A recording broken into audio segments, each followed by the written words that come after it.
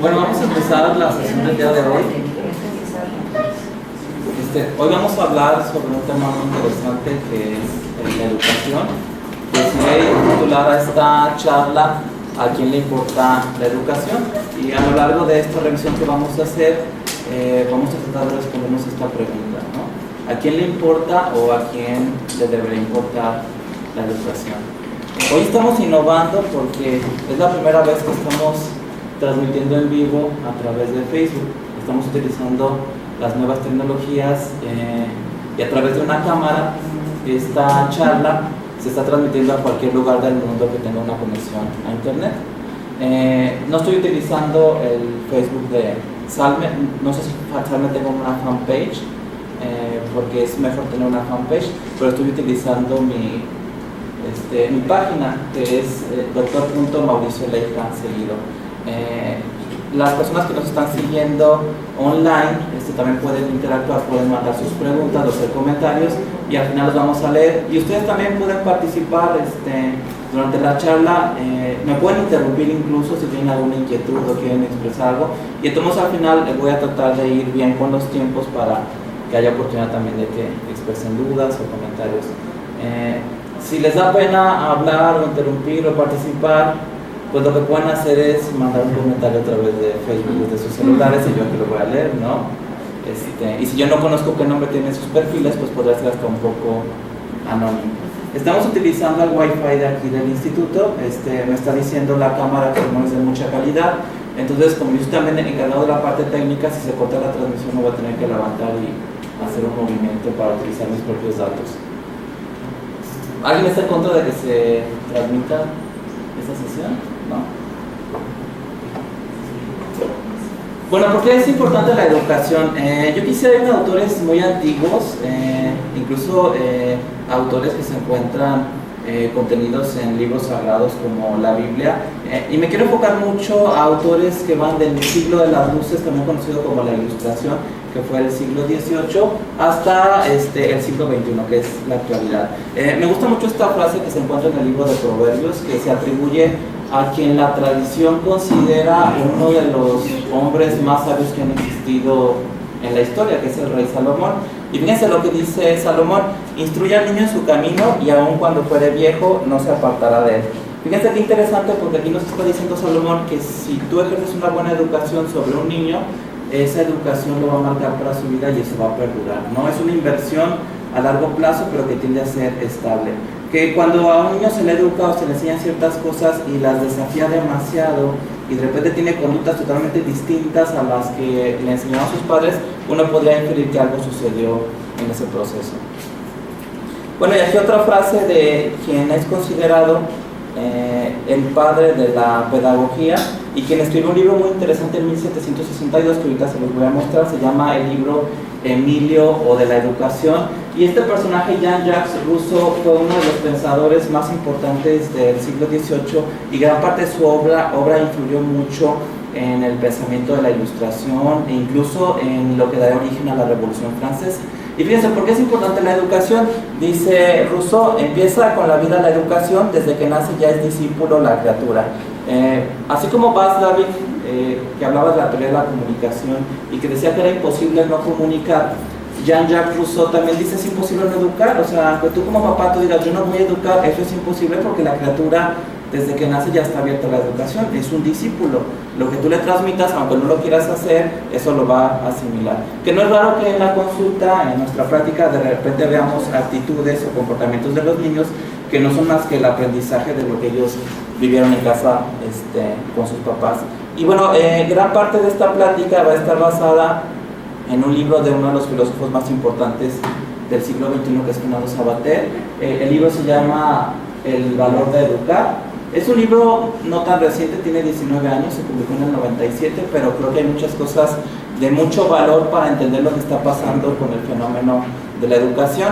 Si ustedes quieren descargar este libro, yo puse el enlace en mi Twitter, aunque este Twitter lo mandé el lunes, pero ustedes pueden entrar. Si tienen Twitter, yo estoy como @MauricioLeija. Si no tienen Twitter, simplemente ponen twitter.com en la barra de dirección, Mauricio Leija, y ahí pueden ver mi timeline y pueden dar clic en el enlace y descargar la versión en PDF de este libro. Ahora, algo que quiero aclarar es que no voy a hablar aquí de la reforma educativa, que es un tema muy controversial y yo creo que eso sería para otra sesión y creo que no nos interesa mucho abordar aspectos políticos. Solamente diré que creo que la reforma educativa es una reforma laboral con dedicatoria a los maestros y que la educativa no tiene nada. Y que ahorita vamos a ver, lo que necesita nuestro país no es una reforma educativa, sino algo, algo que vaya más allá. Más bien lo que necesitamos es una revolución educativa y ahorita les voy a enseñar por qué. Pues estas son algunas preguntas que nos podemos plantear al inicio de esta presentación. ¿Qué sabemos de la educación en el pasado? Hay una historia de la pedagogía, porque muchos consideran que la pedagogía empieza con este libro de Rousseau. Y ahí, fíjense, es una pregunta muy interesante, la tercera. Hay una historia de la infancia, que esto lo responde un historiador llamado Lloyd de Maus, que él publica uno de los pocos libros que hablan sobre psicohistoria, y más aún psicohistoria enfocada en la infancia. El libro se titula la historia de la infancia, y fíjense lo que dice este autor, que es muy interesante. Los historiadores se han centrado tanto en el ruidoso escenario de la historia, con sus fantásticos castillos y sus grandes batallas, que por lo general no han prestado atención a lo que sucedía en los hogares y en el patio de recreo. Esto es cierto, cuando leemos la historia, primero es la historia como de eventos políticos en el mundo a través de los tiempos, y es la historia de los adultos también. Los historiadores no se enfocan mucho a ver qué estaba pasando con los niños en los hogares, o en el recreo, o en las escuelas.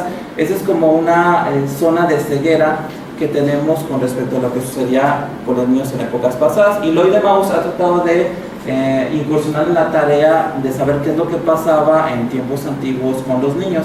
Y bueno, esta plática también está basada en esta obra, que es una obra muy importante. Yo considero que este libro es el primer tratado de psiquiatría infantil, aunque el autor no lo dice de esa manera. Se publicó en 1762, pero aunque tradicionalmente se considera un tratado de pedagogía, ahí hay muchos elementos que pueden ser útiles para los psiquiatras infantiles, incluso en pleno siglo XXI. Se llama El Nido o de la Educación, que ya hemos hablado de este autor. Y voy a rescatar dos frases muy importantes de este libro que nos muestran cómo entender el pensamiento de este autor nos puede ayudar a tener posiciones de extrema cordura en nuestra práctica clínica. Fíjense lo que dice: respetad la infancia y no os deis prisa a juzgarla ni para bien ni para mal. Así, espérate, si conoces a un niño y la cosa no anda muy bien, mejor con tranquilidad, ¿no? Antes de etiquetarlo o pensar que el niño tiene un trastorno. Dejar que se anuncien, se prueben y se confirmen en largo tiempo las excepciones antes que para ellas adoptéis métodos particulares. Es decir, hay niños que su conducta o su manera de pensar o su manera de reaccionar son excepcionales, pero no quiere decir que los niños requieran una intervención. Por eso es que Rousseau dice, lo mejor es esperar. Y fíjense, dejar que obre largo tiempo la naturaleza antes de meteros a obrar en su lugar, no sea que impidáis la eficacia de sus operaciones. Cada niño tiene una manera de desarrollarse, que ahora se ha hablado mucho de la neurodiversidad, y a veces el querer intervenir o meter mano puede ser perjudicial. Que es interesante lo que él dice en 1762, porque él está rescatando el pensamiento hipocrático, cuando Hipócrates le decía a sus alumnos que lo primero era no dañar. El primer principio de la medicina es no generar un daño, y el segundo ya es ayudar al paciente o aliviar su mal, que eso es muy interesante porque Hipócrates veía que sus alumnos querían ser médicos, querían aliviar el sufrimiento y el dolor, pues les decía, saben que está muy bien que quieras ayudar a la gente, pero lo principal no es ayudar a las personas. Lo principal es que tú primero te asegures de que no los vas a dañar, y ya una vez que te aseguraste de eso, entonces ya entras con una intervención terapéutica, porque si no se corre el riesgo de ser iatrogénico, y eso nos pasa con los medicamentos. Y fíjense, otra frase de este libro de Rousseau, nuevamente les recuerdo que esto se escribió en 1762, hace más de 250 años. Dice: el médico prudente no da con atolondramiento sus remedios desde la primera visita, pues antes de recetar estudia el temperamento del doliente, empieza tarde a curarle, pero le sana. Y fíjense lo que dice: mientras que el que se precipita mucho, le mata.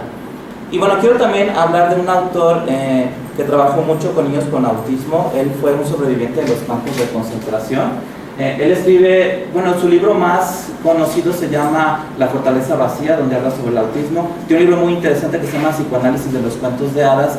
Y en este libro Bruno Bettelheim habla sobre diálogos con mamás de niños normales.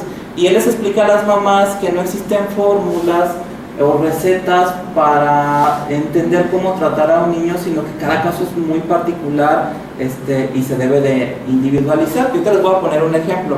Fíjense lo que dice Bettelheim. Los padres fundamentalmente esperan una lista de normas acerca de qué hacer y qué no hacer. Eso yo creo que lo vemos en los talleres que hacemos con los papás. No están pidiendo que les digamos qué hacer con los niños, cómo actuar. Y fíjense lo que dice Bettelheim. Me fue difícil convencerles de que lo acertado para una madre y su hijo no lo era necesariamente para otro. Por eso es que a veces cuando se maneja información en talleres, sí pudiera darse la situación de que la información que le estás dando a los padres, a algunos sí les puede servir, a otros no, incluso a algunos les puede resultar perjudicial, ¿no? Y se ha creado toda una cultura de que los padres busquen en manuales, en libros, en la asesoría profesional, las respuestas a sus preguntas de cómo tratar a sus hijos.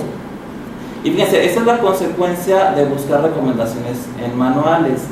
No es aplicable para todo el mundo. A veces si tú aplicas lo que lees en un manual, puede ser de consecuencias fatales, ¿no? Entonces en ese sentido los papás más bien tienen que ser muy escépticos y nosotros devolverles a los papás su espontaneidad, su creatividad, su responsabilidad para tratar a sus hijos. Bueno, ese es un libro de Donald Winnicott, un pediatra psicoanalista muy interesado en el desarrollo infantil. Se llama Conversando con los padres y él llega a la misma conclusión que Bruno Bettelheim.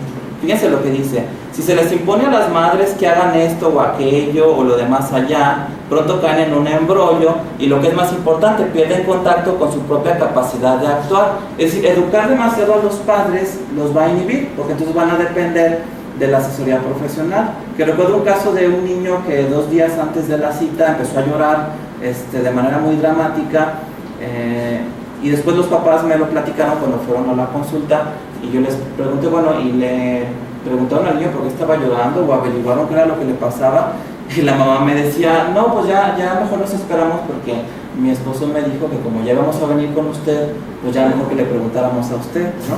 Entonces es un ejemplo cómo a veces nuestra influencia profesional puede llegar a inhibir la capacidad de actuación de los papás. Y dice Winnicott, no es raro que entonces se sientan incompetentes. Eso también sería una intervención iatrogénica. Si tú haces que los padres se sientan incompetentes porque todo lo obtienen del profesional, eso es una maniobra de consecuencias negativas. Si todo lo tienen que buscar en los libros o escucharlo por la radio, siempre llegarán tarde, por supuesto, ¿no? Hay que ayudar a los padres a ser espontáneos y a connotar positivamente también sus errores, que es parte de la paternidad. Ahora, es interesante estudiar estas obras, como la de Emilio, de la educación, porque encontramos que algunos aspectos que tienen que ver con la infancia, que son considerados grandes errores, se siguen cometiendo. Que este es un ejemplo, pues hasta un poco chistoso, porque él criticaba que los niños recién nacidos los envolvían así como en trapos o en vendajes o en fajas, y que los niños estaban todos así. Si ustedes van a visitar a un recién nacido, yo casi les apostaría que lo van a encontrar así, ¿no? Dice, apenas salido el niño del vientre de su madre y apenas disfruta de la facultad de mover y extender sus miembros, cuando le ponen nuevas ataduras, le fajan, le envuelven con vendas y fajas de todo género. Ese es un grabado de la época de Rousseau, o creo que hasta más antiguo. Menos estrecho, menos ligado, menos comprimido se hallaba en el vientre de su madre que en sus fajas. No veo lo que ha ganado con nacer. Bueno, eso se sigue repitiendo. Pero fíjense, hubo un autor, un psicólogo, Skinner, que es el de la famosa caja de Skinner, que fue el que describió el condicionamiento operante, que él se hizo tan famoso con las cajas de Skinner para estudiar la conducta de los animales y sus reflejos, que él con tanto entusiasmo decidió meter a su propio bebé en una caja de Skinner a ver qué pasaba, ¿no? Y en lo que a él le estaba apostando es a ver qué sucede con este niño si no le pongo ropa, si siempre regulo la temperatura de la caja, si no uso ni siquiera el pañal, ¿no? Esta es la caja de Skinner y aquí está el hijo del investigador. Si se fijan, aquí tenía como una especie de carrete que él iba girando. Si el niño se hacía poco pipí, pues ya iba girando y se iba limpiando, ¿no? Él regulaba la temperatura de la caja. Entonces el niño estaba totalmente desnudo y lo tuvo así por muchos meses. Y uno de los principales resultados que reporta Skinner de tener a su hijo en la caja es que él aprendió a mover los dedos de los pies con tanta fineza como los dedos de la mano. De manera que si se acercaba un juguete a la caja, el niño podía optar por tomar el juguete con el pie, y tomarlo y traerlo así como hacen los changuitos, ¿no? Que entonces es muy interesante porque eso quiere decir que entonces a lo mejor el uso de los calcetines resulta que ha sido perjudicial durante siglos, ¿no? Ha impedido que se desarrolle la capacidad para mover o utilizar los dedos de los pies. Y que en ese sentido, pues no ha habido mucha investigación sobre si realmente es perjudicial el uso de calcetines. Yo no he encontrado un metaanálisis o un estudio comparativo de qué es lo que pasa con el uso a largo plazo de los calcetines, pero parece que sí llega a inhibir una función. Ahora fíjense lo que dice Jean-Jacques Rousseau en esta obra de 1762. Dice, Ande Emilio es el personaje que él utiliza luego de la obra para hablar de la educación, por eso es que se llama así. Ande Emilio por la mañana en todo tiempo descalzo, de pie y pierna, por el aposento, por la escalera, por el jardín, lejos de reñirle, le imitaré, sin tener más cuidado que los de apartar los vidrios. ¿Cuántas mamás no le dicen a sus hijos que no anden descalzos porque se van a enfermar? Y eso no está fundamentado en la medicina, o si te metes a lo que es medicina basada en la evidencia, no hay un solo reporte de que los niños se enferman por andar descalzos. Y Rousseau dice, no deja que anden descalzos, que utilicen los pies, las plantas, los dedos, nada más que no haya vidrios y ya, ¿no? Pero bueno, ese es un ejemplo de cómo recomendaciones que menciona Rousseau en esta obra de más de 200 años pueden ser aplicables a la actualidad. Ahora, pero enfocándonos más de lleno a nuestro tema, que es la educación, aquí viene una pregunta interesante. ¿Estamos enseñando a los niños realmente a pensar? Porque lo que quería Jean-Jacques Rousseau es que los niños no memorizaran datos o aprendieran cosas que no les fueran a ser útiles en la vida, sino que ellos aprendieran a pensar, a usar el raciocinio. Esa era la meta de la educación. Y fíjense lo que dice, es útil todo lo que se enseña a los niños, que esto lo vamos a aplicar a un ejemplo de la vida real. Los engañamos cuando queremos que hagan aprecio de consideraciones que en manera alguna los mueven. Y todos los estudios a que obligan a estos pobres desventurados versan sobre asuntos enteramente ajenos de su inteligencia. Sería milagro si algo de todo esto pudiera serle útil una sola vez en su vida. En 1762 él decía, a los niños se les enseñan muchas cosas que les cuesta mucho trabajo aprender, que a veces les genera aversión hacia la escuela y que no les van a servir para nada, porque ha habido casos en donde se ha documentado que eso que aprendió el niño nunca lo utilizó en toda su vida. Que yo creo que el ejemplo que podríamos poner en la actualidad es el uso de la raíz cuadrada. Y yo quisiera que alguien de los presentes me dijera para qué sirve la raíz cuadrada, ¿no? Que a mí me la enseñaron en cuarto o en quinto. Me enseñaron a hacerla a mano, creo que a lo mejor sí la aprendí a hacer por un día, pero al día siguiente se me olvidó, y yo le aposté a pasar a lo mejor ese curso de matemáticas sin saber la raíz cuadrada y dominando los otros conocimientos que se me iban a evaluar, ¿no? Pero no sé si alguien sepa para qué sirve la raíz cuadrada, porque a los niños les quiebran el coco aprendiendo a hacer raíz cuadrada a mano, y pueden llegar a los 80 o a los 90 años y decir, híjole, pues he vivido toda una vida y no se me ha ofrecido la raíz cuadrada, ¿no? Ahora, obviamente sí tiene aplicaciones, sí tiene su razón de ser. Una de ellas es obtener el volumen de un tetraedro regular en función de su arista. Pero no sé si alguna vez alguien de ustedes ha tenido la ocasión de sacar el volumen de un tetraedro regular en función de su arista. Yo no, nunca me he visto ante esa situación de que la raíz cuadrada, ¿por qué no me la aprendí? ¿Por qué no la estoy practicando, no? Entonces, este es un ejemplo de estos procedimientos que se les enseñan a los niños y que no les van a servir para nada en toda su vida y que solamente les va a generar descontento, inconformidad con la escuela, y que entonces si va a haber una reforma educativa tenemos que empezar a quitar cosas, ya sea el niño que es el ingeniero, o una profesión donde sí se utilicen estas operaciones, pues adelante, ¿no? Pero no se deben enseñar en primaria, porque los niños en realidad sí tienen una capacidad de estar abiertos para el aprendizaje, ellos sí quieren aprender. Fernando Sabater, que ahorita lo vamos a ver, él dice que es muy raro encontrar a un niño que no quiere que le cuentes algo, o es muy raro encontrar a un niño que no te haga preguntas. De hecho, Carl Sagan, el célebre difusor de la ciencia, él le daba mucha importancia a que nosotros como adultos les contestáramos a los niños sus preguntas, no tanto que impusiéramos conocimiento que a ellos en ese momento no les interesa. Y fíjense lo que dice Eric Erikson, dice, el niño no está en ningún otro momento tan dispuesto a aprender rápida y ávidamente. Entonces sí debemos de aprovechar los primeros años de la vida de un niño para educarlo de una manera correcta y no generar lo opuesto, que es una aversión a la educación. Este es uno de los últimos libros que escribió Carl Sagan. Él falleció en el 96, creo que fue el penúltimo libro. El último se llama Miles de Millones, y después su esposa Anne Ryan publicó un libro póstumo. Y fíjense lo que dice Carl Sagan: excepto para los niños, pocos de nosotros dedicamos mucho tiempo a preguntarnos por qué la naturaleza es como es. Fíjense, incluso hay niños que quieren saber cómo es un agujero negro, cuál es el pedazo más pequeño de materia, por qué recordamos el pasado. Y a veces cuando los niños salen con esas preguntas, los adultos lo que hacen es inhibirlo. Que en este libro del mundo y sus demonios se dedica un capítulo a esta parte de la infancia. Y él dice, a veces el niño le pregunta a los papás, ¿por qué la luna es redonda? Y los papás se irritan, se enojan y le dicen, ay, qué tonto eres, pues mismo que sea cuadrada. Y entonces el niño se queda, ay, entonces no debo de preguntar, ¿no? Está prohibido preguntar. Y entonces esa curiosidad infantil, que es una etapa normal del desarrollo, no se ve estimulada, y el niño en ese momento en la escuela está siendo llenado de datos que no les van a servir para nada, aunque viva 100 años, lo cual es bastante preocupante. Por ejemplo, yo tuve algunas dudas en la primaria que la verdad me dio pena preguntarlas, ¿no? Ya después con el internet pues ya las averigüé, pero había dudas que yo tenía y que no sentía como que las maestras o las personas que me enseñaban me las pudieran contestar. Por ejemplo, una pregunta que yo tenía es ¿cómo se llama como copetito que tiene la N? ¿Alguien sabe cómo se llama? ¿Cómo?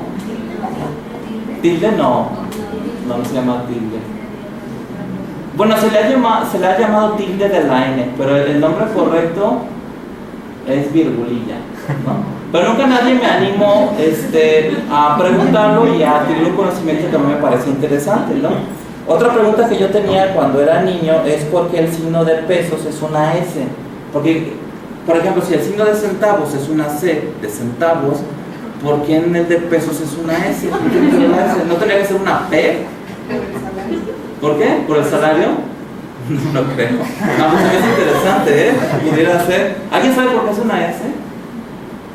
Y esa pregunta todavía hasta hace poco me la seguía haciendo. ¿Por qué una S? ¿De dónde sale esa S? Bueno, fíjense, es interesante porque si los niños tienen esa duda, los papás no se la contestan, pero es una pregunta mal planteada, porque cuando dices ¿por qué es una S? Tú estás diciendo que es una S y que quieres saber por qué, pero la realidad es que no es una S. Bueno, digamos esta vertical, esto es una columna, y esto no es una S, es un lienzo que era un símbolo de las antiguas pesetas que influyeron mucho en los símbolos de nuestra moneda. Fíjense.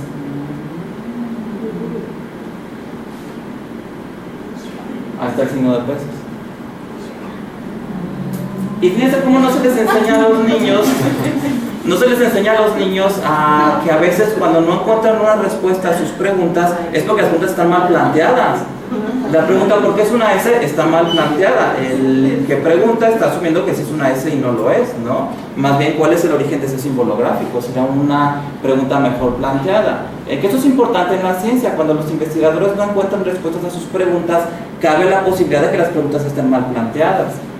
Y bueno, obviamente esto es muy lejano al tipo de educación que se da a los niños. Y bueno, sin duda una de las principales voces o uno de los principales líderes de opinión en nuestro país que pertenece a nuestro gremio psiquiátrico, pues es Juan Ramón de la Fuente, que ha escrito este libro muy interesante, el prólogo de Juan Villoro, que se llama ¿A quién le importa el futuro? Y él nos da algunas propuestas y también da algunas críticas interesantes. Fíjense lo que dice Juan Ramón de la Fuente: no los hemos enseñado a pensar, lo mismo que dice Rousseau. Hemos perpetuado inercialmente un modelo pedagógico obsoleto y memorista. Nuevamente ahí está la crítica. El sistema está obsoleto, no hace falta una reforma educativa, sino una revolución educativa, y hay que abandonar ese sistema memorista que a los niños no les sirve para nada. Y fíjense, es interesante esto que menciona Juan Ramón de la Fuente. Dice: el indicador social que mejor predice el aprovechamiento y el desempeño académico de los estudiantes en prácticamente todo el mundo es el grado de preparación de sus madres. Entonces nosotros nos preguntamos, ¿a quién le importa la educación? Bueno, eso nos importa a todos, incluso a los padres de los chicos, porque eso es un predictor. ¿Qué nivel de educación tiene mamá? Aquí en el dibujo vemos que una mamá que está con el celular, pues tiene esa conducta en sus hijos, y la mamá que está con un libro, pues su hijo también la imita, ¿no? Entonces no nomás se trata de educar a los niños, sino también educar a los padres y educarnos a nosotros. Jean-Jacques Rousseau dice: alguien que no ha sido educado, ¿cómo puede educar a otro ser humano? Y bueno, aquí hay algo interesante que dice Juan Ramón de la Fuente. Estoy convencido de que del mismo modo en como la imprenta propició, como quizá ningún otro instrumento tecnológico, el proceso de alfabetización y desarrollo de la educación a partir del siglo XV, las nuevas y poderosas tecnologías de las que hoy disponemos pueden contribuir, no sin correr ciertos riesgos, en forma por demás eficaz la difusión de un conocimiento que hasta hace poco tiempo estaba más o menos confinado a espacios selectos, ¿no? Que es, digamos, la fuente del conocimiento más importante que existió en el mundo era la Biblioteca de Alejandría, que perdió gran parte de su acervo por un incendio, y después de eso yo creo que hasta la llegada del internet hubo otra vez la posibilidad de conocer una plataforma o un sistema que te permitiera tener el conocimiento que se está generando en todo el mundo. Y Juan Ramón de la Fuente dice, eso lo podemos utilizar para educar, no sin riesgos, que aquí sería bueno que analizáramos ambas cosas, los riesgos y también los beneficios de las nuevas tecnologías. Que un ejemplo de los beneficios es que esta charla se está transmitiendo por Facebook y muchas otras personas la están escuchando, ¿no? Y eso es de manera gratuita. Bueno, esa es la última edición de los números especiales del proceso. Está todavía en circulación en los puestos de revistas. Es un fascículo interesante porque habla sobre las redes sociales en México y da información de actualidad, da estadísticas. Si les interesa el asunto de las redes sociales, sus peligros, sus beneficios, les recomiendo este fascículo, ¿no? Por solo $59.90.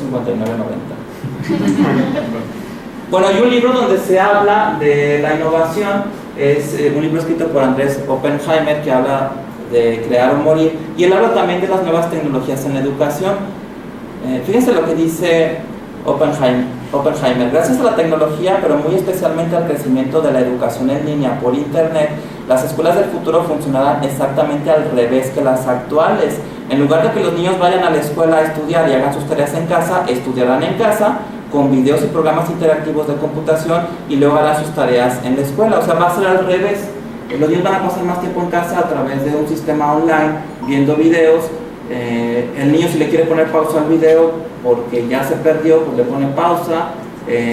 Si quiere ir al baño, va al baño y regresa. Si quiere rebobinar el video, lo rebobina. Si quiere verlo 2 o 3 veces, lo ve. Si necesita estar viendo el video mientras él hace una operación matemática, pues lo puede hacer, cosa que no se puede hacer de manera presencial. Que esto, digamos, se empezó a experimentar de manera pues no intencional, sino fortuita. Uno diría que este nuevo modelo educativo fue una serendipia a través de un personaje norteamericano que era un joven banquero llamado Salman Khan, que ahora es considerado uno de los youtubers más famosos, que él empezó a hacer algo muy inocente. Simplemente él empezó a subir a su canal de YouTube clases de matemáticas, pero la única finalidad es que esas clases de matemáticas las viera una prima de él que le estaba yendo muy mal en la escuela. Entonces él le dice: prima, mira, cuando yo tenga tiempo te subo un video de clase de matemáticas y ya tú lo ves en tu casa a la hora que quieras, ¿no?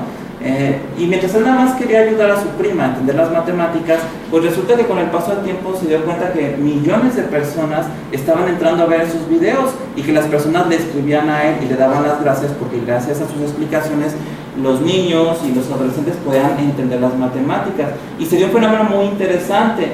Los chicos les empezaron a decir a sus padres que estaban aprendiendo más matemáticas con los videos de YouTube de Salman Khan que yendo a la escuela.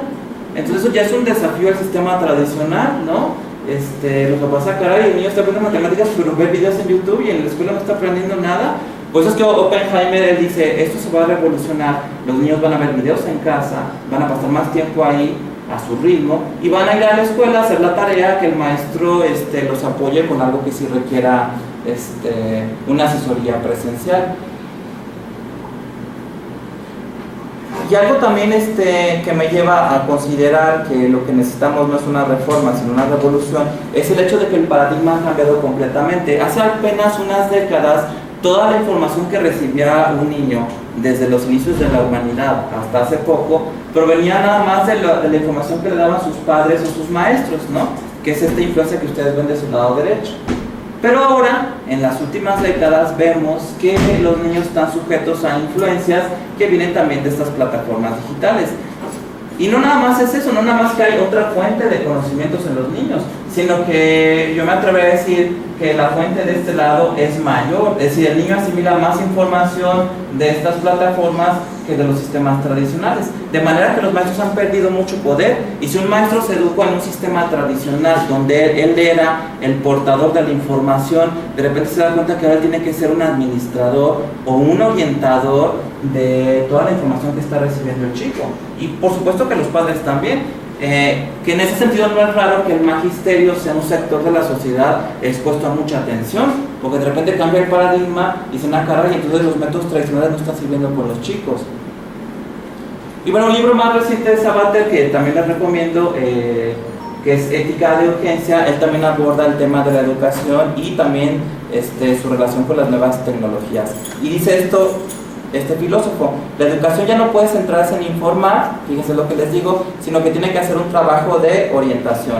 Lo que está claro es que los niños van a estar sumergidos en internet, no tiene vuelta de hoja, no vamos a volver atrás, así que no tiene sentido protegerle del que será su hábitat para obligarle a que escuche a la abuelita. Es decir, ya no hay marcha atrás, ¿no? Así decir, no lo dejes entrar a internet, no, pues es que eso va a ser su hábitat, no puedes tampoco tener en una isla desierta y volver al pasado. Más bien lo que tienen que hacer los padres y los maestros es reformular sus intervenciones con los niños para que ellos puedan tener una buena educación y que ellos aprovechen las ventajas de las nuevas tecnologías con un mínimo de riesgos. Algo que dice Sabater, que esto es de mucho interés para los psiquiatras infantiles, es que el reto central de la educación el día de hoy es recuperar la atención del alumno. Se ha criticado mucho a los psiquiatras de que ahora diagnostican mucho el TDAH, que la prevalencia se ha inflado con respecto a otras décadas o con respecto a inicios del siglo XX, pero la realidad es que al margen de la prevalencia del TDAH, nunca en la historia los niños habían estado sujetos a tantos distractores. Entonces podría ser que a lo mejor un TDAH muy leve, subclínico, que a lo mejor ni siquiera meritaba un tratamiento ni una consulta con un especialista, ahora con todos estos distractores, pues el niño clínicamente se muestra como más distraído y es un reto para los maestros, ¿no? Y parece que los papás han dado un paso atrás también en el proceso de educarlos, porque eso obviamente implica responsabilidad. Bueno, ese es un grabado del siglo XIX, que nos muestra cómo finalmente si la familia quería ignorarse lo podía hacer, ¿no? No necesitaban celulares, ni tablets, ni ningún dispositivo electrónico. Igualmente desde principios del siglo XX no necesitabas el celular, ni el Twitter, ni nada de eso. Simplemente con un periódico ya podías encapsularte y aislarte del resto de la comunidad humana. Bueno, a mí me tocó todavía estas tablets, no sé, los que tengan más de 35 años, a lo mejor los recordarán, salían en piñatas, en las fiestas los daban, ¿no? A mí todavía me tocó, pero no les voy a preguntar quién explica eso, ¿no? Que también era un distractor, pero no tenía ese potencial como de generar una adicción. Ahora, cuando vemos que los chicos están muy enfrascados con las nuevas tecnologías, una pregunta interesante que podemos plantear es por qué es necesario que nuestros hijos estén distraídos, es decir, por qué se permite. ¿Por qué pareciera que eso es una necesidad, que cumple una función? Porque en una familia es importante que el niño esté distraído. Que es interesante porque la postura para los padres es un poco paradójica y ahorita lo vamos a explicar. Antes era la televisión, ¿no? Que aquí Kino, con su humor muy característico, pues él está mostrando pues un nivel interesante, una televisión con un chupón, ¿no? Y eso permite que el papá pues un poco se desligue de pues dedicarle tiempo al niño o educarlo, o estar presente en su vida. Bueno, este es un encabezado de la jornada del 2011 del ya desaparecido Alonso Lujambio, que fue secretario de Educación Pública y que quería ser presidente.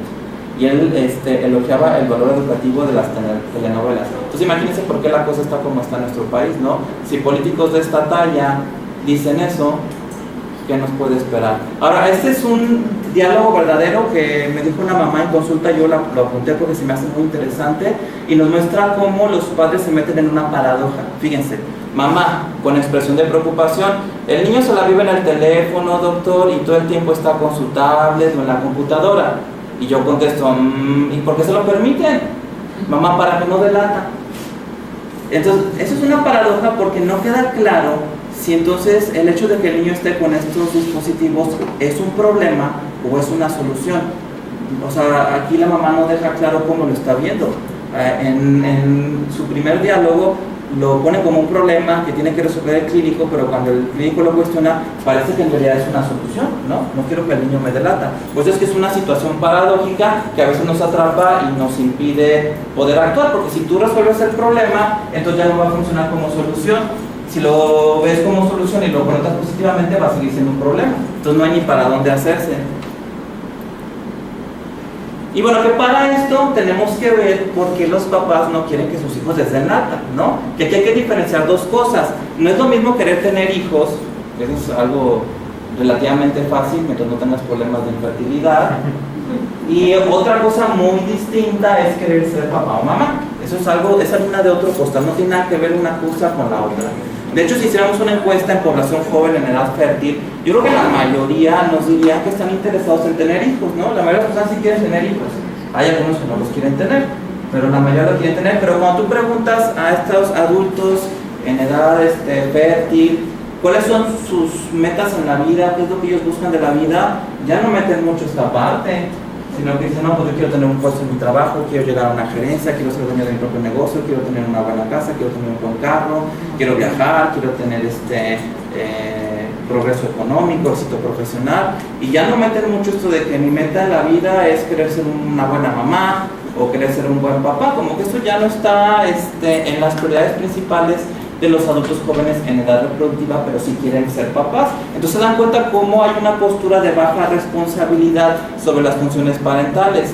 Y fíjense, esto lo cuestiona Sabater y es interesantísimo, y esto aplica también, o nos ayuda a entender por qué nuestras agendas, sobre todo las agendas de niños, están saturadas. Dice Sabater, cuanto menos padres quieran ser los padres, más paternalistas se exige que sea el Estado. Y desde luego las instituciones públicas de la comunidad sufren una peligrosa sobrecarga. Es decir, aquí se ha dado un fenómeno paralelo muy interesante que es complementario. Los padres han abandonado su interés en ejercer la parentalidad, si quieren tener hijos, pero no quieren ser papás, y ha crecido a la par la profesionalización de la atención infantil. Entonces ahí se da una complementariedad interesante. No quieres ser papá, aquí hay servicios, hay psiquiatras infantiles, psicólogos infantiles, pedagogos, es todo un mercado que funciona para satisfacer estas necesidades. Pero en el sector público, como dice Sabater, pues ahí nos vemos sobrecargados, ¿no? Porque muchas de las consultas que llegan a servicios de psiquiatría infantil o de psicología infantil son asuntos que se resuelven si los padres ejercen funciones parentales adecuadamente. Es decir, si mamá o papá hacen su chamba. Ahora, ¿por qué no la quieren hacer? ¿Por qué mamá y papá no quieren que los niños les den lata? Bueno, están más interesados en otras cosas como en consumir, ¿no? Pagar las tarjetas de crédito, en los problemas que tienen que ver con alcanzar el éxito económico, y aquí ellos también se atrapan en una paradoja porque, fíjense lo que dice Rousseau, a fuerza de esforzarnos por aumentar nuestra felicidad, la convertimos en miseria. Que de esto ya lo veía venir Erich Fromm en un libro muy interesante que se llama Ética y Psicoanálisis. La segunda parte también es un libro muy conocido de él que se llama El miedo a la libertad. Y en Ética y Psicoanálisis él habla de un tipo de personalidad, o dicho en palabras de orientación del carácter, que era mercantilista o comercial. Él decía, los adultos del siglo XXI nada más van a quererse vender y mostrarse como exitosos. De hecho uno lo ve en Facebook, ¿no? Todo el mundo es muy feliz en Facebook y va a buenos lugares y viaja y come muy rico y todo, ¿no? O bueno, yo lo veo en mi Facebook, sí sé que hay gente que dice que se quiere matar y todo, pero generalmente se trata de dar una imagen, sobre todo en los adultos jóvenes, de que eres muy exitoso porque te la pasas súper bien, ¿no? Uno dice, ay, qué feliz es toda la gente en Facebook. Yo soy el único que a veces se siente mal o que no tiene dinero para ir a comer a un lugar o para viajar.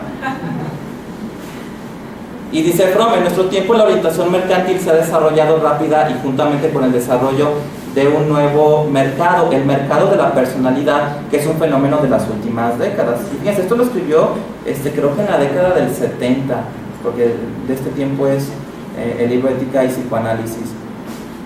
Y fíjense, dice Sabater, aquí entendemos, esto nos da la pauta para entender por qué mamá y papá no quieren ser mamá y papá, ya entendiendo lo que dice Fromm. En un mundo donde todos quieren ser como el presentador de televisión, que vive con una sonrisa de oreja a oreja, el educador tiene que ir contracorriente y ser antipático porque su trabajo consiste en frustrar, ¿no? Entonces los papás dicen, no, yo no quiero contrariar, no, yo le voy a dar al niño lo que quiera y mejor el maestro o el psiquiatra de niños o el psicólogo que ellos se encarguen. Y están esperando que entonces los profesionales hagan funciones parentales que en otras épocas no las hacían, ¿no? La parte que se conoce como primera socialización, que se tiene que dar en la familia, en donde los padres le enseñan al niño a no morder a otros niños, a ser respetuoso con los adultos, a comportarse en sociedad, no lo están haciendo. Y entonces los maestros de repente dicen, a ver, es que este niño viene en estado salvaje, y yo soy maestro, y yo quiero enseñar, pero pues tengo que socializarlo primero.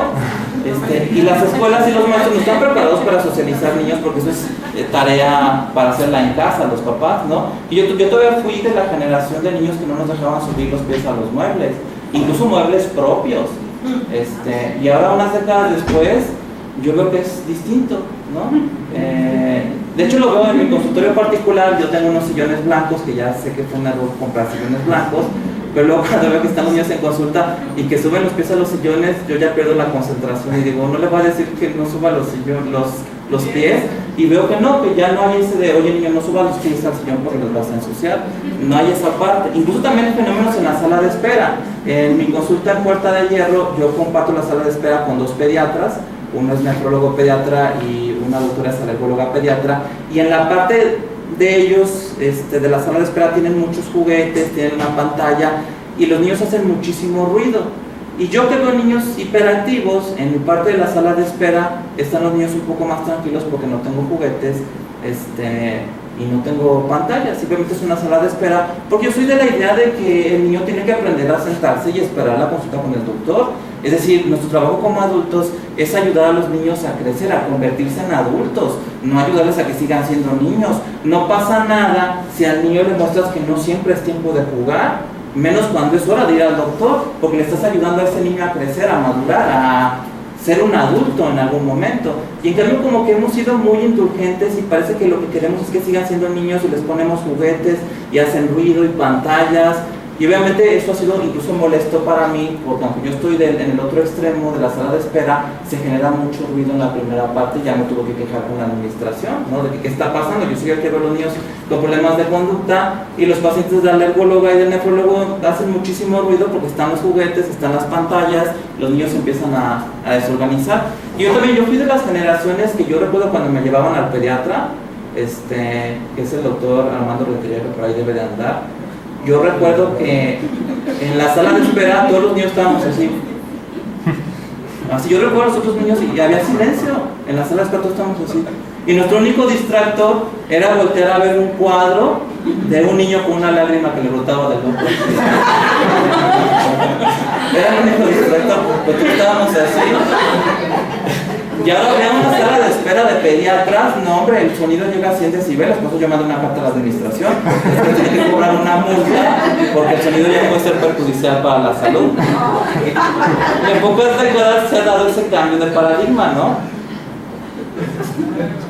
Bueno, y los padres a veces también nos utilizan como figuras de autoridad cuando ellos sienten que no la tienen, ¿no? Eso es muy común en la consulta. Y seguramente a lo mejor, aunque no todos los presentes aquí ven niños, sí les ha tocado tener un niño en el consultorio, y aunque no sea el paciente, que mamá o papá están esperando que ustedes controlen a la criatura, ¿no? Porque nos ven como figuras de autoridad, y a veces quieren los papás inaugurar fobias en los niños. Te va a poner una inyección, te va a internar, te va a dejar aquí, ¿no? Y así, oiga, pues yo quiero llevarme bien con el niño, no quiero que me tenga miedo. Y a veces los padres quieren incluso que nosotros utilicemos métodos dramáticos con los hijos. Yo incluso he llegado a pensar que los padres quieren casi que yo nalguee al niño ahí o le dé un manazo en la boca. Si he sentido eso, obviamente no me lo han dicho, ¿no? Pero sí están esperando que uno ejerza la autoridad aún con métodos dramáticos. Claro que será muy peligroso llegar a hacerlo. Y fíjense lo que dice Rousseau: imposible es que el niño, que sucesivamente pasa por tantas manos distintas, salga bien educado. Esto lo vemos en muchos casos donde viven con la abuelita, y luego con la otra abuelita, y luego con el papá, con la nueva pareja, y luego con la mamá, y el niño finalmente llega a la consulta de psiquiatría infantil y su conducta es un desastre, ¿no? A cada variación hace secretas comparaciones que siempre paran en disminuir su estimación a los que le dirigen y por consiguiente la autoridad que sobre él tienen. Fíjense, esto es clave. Si el niño sabe ocuparos una vez a su capricho, ya es vuestro amo y todo se ha perdido. O sea, si el niño ya te agarró la medida y ya ve que tú no eres autoridad como adulto, pues ahora sí que la cosa se vuelve muy, muy complicada. Y pues que ahora la psicología popular o muchos libros de autoayuda están hablando de este nuevo síndrome que le llaman el síndrome del niño emperador, ¿no? Donde el niño manda, el niño hace lo que él dice, y los padres no están dispuestos a contrariarlo porque a lo mejor eso no va de acuerdo a su estilo o su manera de ser, y prefieren que otras personas lo hagan. Pero fíjense lo que dice Rousseau, aquí está la solución, dice, sea el no dicho un muro de bronce contra el cual apenas haya probado el niño 5 o 6 veces su fuerza, no se empeñará más en echarle por tierra. Así de sencillo, cuando es no y punto, ya se acabó. Con 5 o 6 veces que el niño entienda que cuando mamá y papá dicen no y es no, ya tienes un terreno bastante ganado sobre el niño, sobre tu control para la conducta del niño, y ya te ahorraste psiquiatras infantiles, te ahorraste medicamentos, te ahorraste psicólogos, te ahorraste ayuda profesional, pero a veces les cuesta mucho trabajo hacer eso. O a veces mamá dice que no, papá dice que sí, o viceversa. O dicen que no en algún momento y después dicen que siempre sí, ¿no? Por eso es que a veces en esto de quererle dar todo a los niños, pues lo único que les falta a los niños es que les des un no, y eso resolvería muchos problemas, ¿no? Es una palabra sencilla de solamente 2 fonemas. Ahora, algo que aborda también Rousseau, que es muy interesante y no podría yo concluir esta plática sin sacarlo al tema, es la parte de la religión, porque Sabater dice, a ver, se han perdido los valores de la religión, a muchos niños ya no les interesa, pero tampoco ha habido una compensación con una influencia de la ética, ¿no? Entonces así como que el niño de dónde agarra sus valores o cómo sabe lo que está bien y lo que está mal. Rousseau decía que a los niños no se les debe de hablar de religión, yo no estoy de acuerdo, sino hasta después de los 18 años, lo cual yo considero muy complicado, sobre todo si los padres sí profesan una religión, una creencia. Dice Rousseau, cuando dice un niño que cree en Dios, no es en Dios en quien cree, sino en Pedro o en Juan, que le dicen que hay una cosa que se llama Dios. Bueno, eso lo entiendo perfectamente. Pero aquí se pregunta, ¿en qué religión le educaremos?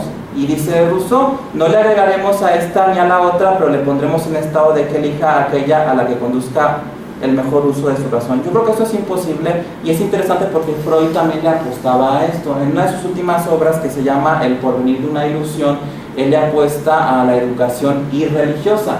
Esto lo escribe en 1927 y dice, las doctrinas religiosas acabarán por ser abandonadas y vale la pena intentar una educación irreligiosa. Sin embargo, sería difícil hacer esto porque si los padres, por ejemplo, van a orar antes de comer o van a orar por un familiar enfermo, ni modo que le digan al niño, no, tú quítate porque tú hasta que tengas 18 vas a escoger tu religión, ¿no? Eso es imposible, eso no se puede, es imposible no transmitirlo. Es como si tú dijeras, bueno, yo voy a dejar que mi hijo a los 18 años escoja qué lenguaje quiere hablar, ya que es como si quiere el italiano, el francés, el español, el inglés, pero entonces ¿en qué lengua le vas a hablar? ¿No? Es decir, es imposible no tener esa influencia. Bueno, un libro que les recomiendo de uno de los principales autores mexicanos es Ignacio Solares, que se llama Cartas a un joven sin Dios, donde él aborda esta parte de la educación irreligiosa y de qué pasa con los chicos que crecen sin esta influencia, ¿no? Y fíjense, él le pregunta esto porque él utiliza el género epistolar y dice, ¿puede esa iglesia hoy, en pleno siglo XXI, darle refugio y consuelo religioso a un joven tan angustiado y confundido sobre la idea de Dios como tu joven amigo? Sinceramente, lo dudo. Y fíjense, él cita a William James, que es conocido como el padre de la psicología en Norteamérica, y él dice que él comentaba que durante tu juventud, si encuentras alguna forma de refugio en un sentimiento religioso, ya nunca te abandonará. O sea, es decir, Ignacio Solares reconoce que sí se vale tener esta influencia espiritual en los hijos, porque eso puede ser un recurso para enfrentar muchas cosas en el futuro, que en ese sentido esto vendría a contradecir un poco la apuesta de Freud y la apuesta de Jean-Jacques Rousseau. Si queremos profundizar en este tema, yo les recomiendo el libro de Psicología y Religión de Jung, que nosotros sabemos que Jung se peleó con Freud por aspectos que tenían que ver con la sexualidad infantil, pero también con aspectos que tenían que ver con la espiritualidad, ¿no? Porque Jung decía esto: de modo que estoy plenamente persuadido de la extraordinaria importancia del dogma y del ritual, al menos como métodos de higiene espiritual. O sea, mientras para Freud la espiritualidad hablaba de una inmadurez en tu desarrollo psicológico, para Jung eso hablaba como de un recurso para preservar tu salud mental. Y bueno, Fernando Sabater habla de un eclipse y a este eclipse él le llama el eclipse de la familia.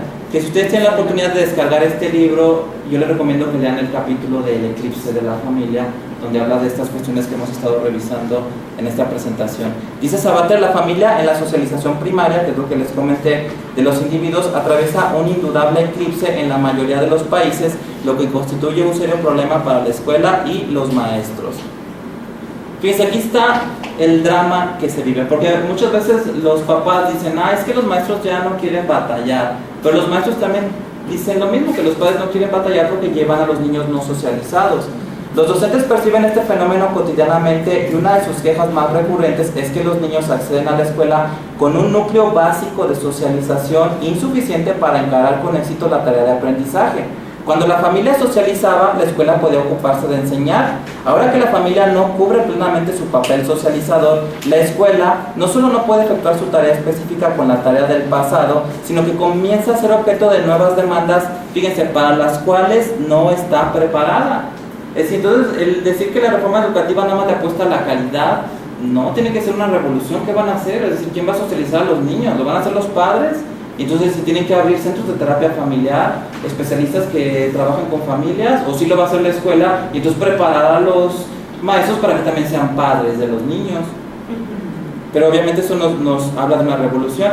Y este también es un ejemplo de cómo los papás le han pasado la pelotita al maestro en pocas décadas, y ahora si las cosas salen mal es culpa del maestro. Entonces los maestros también se sienten como demasiado presionados, y esto también nos muestra por qué el magisterio es quizá uno de los sectores de la sociedad bajo mayor tensión.